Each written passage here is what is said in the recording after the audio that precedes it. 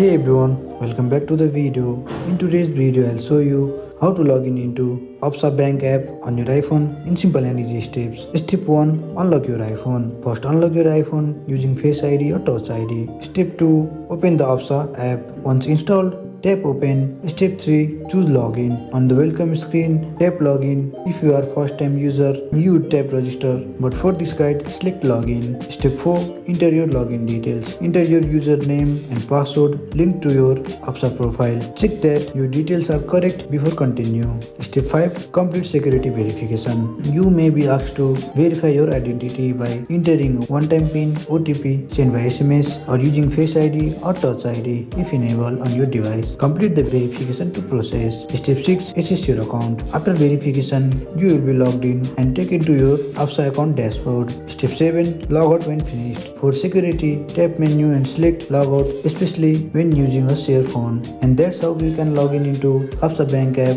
on your iPhone. And that's it. I hope you like this video. If you find this video helpful, drop a like, subscribe to our channel. See you in the next video.